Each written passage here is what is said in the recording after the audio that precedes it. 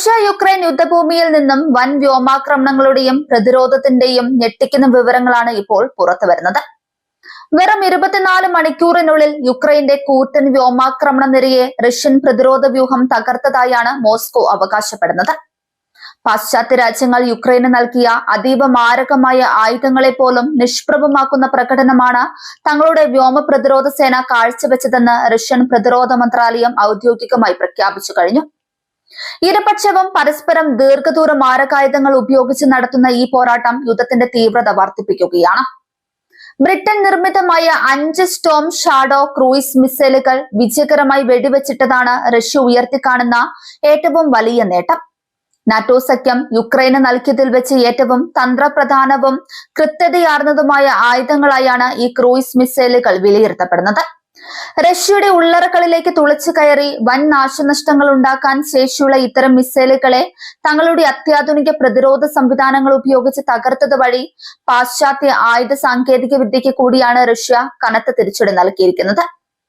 മിസൈലുകൾക്ക് പുറമെ Ukraine വിക്ഷേപിച്ച 13 guided ബോംബുകളും ലക്ഷ്യസ്ഥാനത്തെത്തുന്നതിന് മുൻപ് തന്നെ റഷ്യൻ സേന തകർത്തു കളഞ്ഞു. ആധുനിക യുദ്ധമുഖങ്ങളിൽ ശത്രുവിന്റെ പ്രതിരോധ കോട്ടകളെ തകർക്കാൻ ഉപയോഗിക്കുന്ന അതീവ വിനാശകാരിയായ ബോംബുകളാണിവ.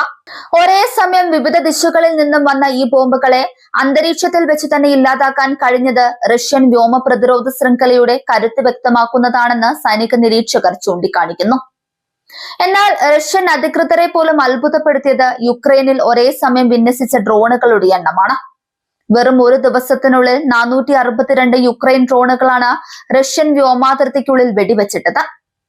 ആകാശത്ത് വൻ ഡ്രോൺ കൂട്ടങ്ങളെ ഉപയോഗിച്ച് റഷ്യൻ റഡാറുകളെയും വ്യോമ പ്രതിരോധ സംവിധാനങ്ങളെയും ആശയക്കുഴപ്പത്തിലാക്കാനുള്ള യുക്രൈന്റെ തന്ത്രപരമായ നീക്കമാണ് ഇതിലൂടെ പൊളിഞ്ഞത്.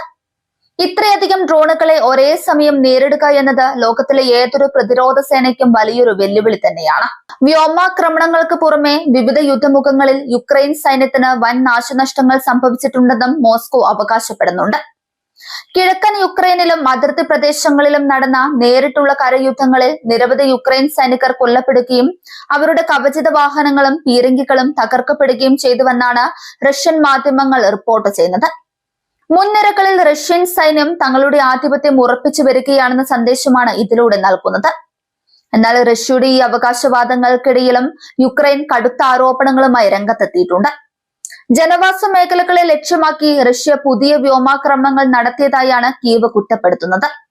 യാതൊരുവിധ സൈനിക പ്രാധാന്യവുമില്ലാത്ത സാധാരണക്കാരുടെ പാർപ്പിട സമുച്ചയങ്ങൾക്കും അടിസ്ഥാന സൗകര്യങ്ങൾക്കും നേരെയാണ് റഷ്യൻ മിസൈലുകളും ഡ്രോണുകളും പതിച്ചതെന്ന് യുക്രൈൻ അധികൃതർ വ്യക്തമാക്കുന്നുണ്ട്. റഷ്യയുടെ ഈ ക്രൂരത അന്താരാഷ്ട്ര നിയമങ്ങളുടെ ലംഘനമാണെന്ന് അവർ ആവർത്തിക്കുകയാണ്. റഷ്യ നടത്തിയ ഈ പുതിയ ആക്രമണങ്ങളിൽ നിരവധി സാധാരണക്കാർ കൊല്ലപ്പെടുകയും ഒട്ടനവധി പേർക്ക് ഗുരുതരമായി പരിക്കേൽക്കുകയും ചെയ്തിട്ടുണ്ട്. തകർന്നടിഞ്ഞ കെട്ടിടങ്ങൾക്കിടയിൽ നിന്നും ആളുകളെ പുറത്തെടുക്കാനുള്ള രക്ഷാപ്രവർത്തനങ്ങൾ യുക്രൈനിലെ വിവിധ നഗരങ്ങളിൽ പുരോഗമിക്കുകയാണ്. യുദ്ധത്തിന്റെ ഭീകരത അനുഭവിക്കുന്നത് സാധാരണ ജനങ്ങളാണെന്ന യാഥാർത്ഥ്യമാണ് യുക്രൈനിൽ നിന്നുള്ള ദൃശ്യങ്ങൾ വീണ്ടും തെളിയിക്കുന്നത്. അന്താരാഷ്ട്ര സമൂഹത്തിന്റെ കടുത്ത അമർഷത്തിനും ഇത് കാരണമായിട്ടുണ്ട്. ഇരു രാജ്യങ്ങളും തമ്മിലുള്ള വ്യോമയുദ്ധം പുതിയൊരു ഘട്ടത്തിലേക്ക് കടന്നിരിക്കുകയാണെന്ന് നിലവിലെ സംഭവ വികാസങ്ങൾ വ്യക്തമാക്കുന്നുണ്ട്. അതിർത്തികളിൽ നേരിട്ട് ഏറ്റുമുട്ടുന്നതിനേക്കാൾ ഇരുപക്ഷവും ഇപ്പോൾ പ്രാധാന്യം നൽകുന്നത് ദീർഘദൂര ആക്രമണങ്ങൾക്കാണ്. പരസ്പരം സാമ്പത്തിക സൈനിക കേന്ദ്രങ്ങളെ തകർത്ത് ഒടുവിൽ ആര് തളരുമെന്ന് നോക്കുന്ന തരത്തിലുള്ള തന്ത്രമാണ് ഇപ്പോൾ പയറ്റുന്നത്. ഇത് യുദ്ധത്തിന്റെ ആയുസ് വീണ്ടും വർദ്ധിപ്പിക്കാൻ മാത്രമേ സഹായിക്കൂ. പാശ്ചാത്യ രാജ്യങ്ങൾ നൽകുന്ന ആയുധങ്ങളുടെ സഹായത്തോടെ റഷ്യയുടെ ഉള്ളിലേക്ക് നേരിട്ട് പ്രഹരമേൽപ്പിക്കാനാണ് യുക്രൈൻ പ്രസിഡന്റ് വ്ളോഡിമിർ സെലൻസ്കിയും സൈന്യവും ശ്രമിക്കുന്നത്. എന്നാൽ ഈ നീക്കങ്ങളെ ശക്തമായ വ്യോമ പ്രതിരോധത്തിലൂടെ പ്രതിരോധിക്കുന്നതിനൊപ്പം യുക്രൈൻ നഗരങ്ങളെ തകർത്ത് തരിപ്പണമാക്കുന്ന തിരിച്ചടികളാണ് വ്ളാഡിമിർ പുടിൻ നൽകുന്നത്. പാശ്ചാത്യ സഹായം കൊണ്ട് മാത്രം റഷ്യയെ തോൽപ്പിക്കാൻ കഴിയില്ലെന്ന സൂചനയാണ് മോസ്കോ നൽകുന്നത്.